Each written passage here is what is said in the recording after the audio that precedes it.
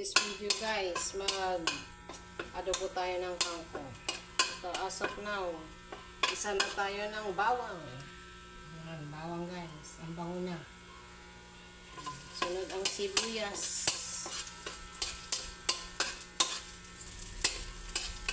Guys, maglagay tayo ng leftover meat. Sayang kasi guys.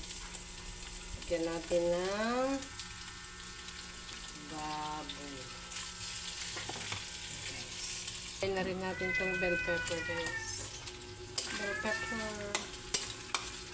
Para makulay ang ating adobo na kangkong.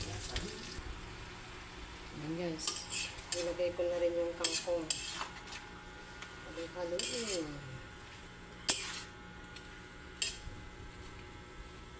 Good for 2 person lang to guys. Niluto ko.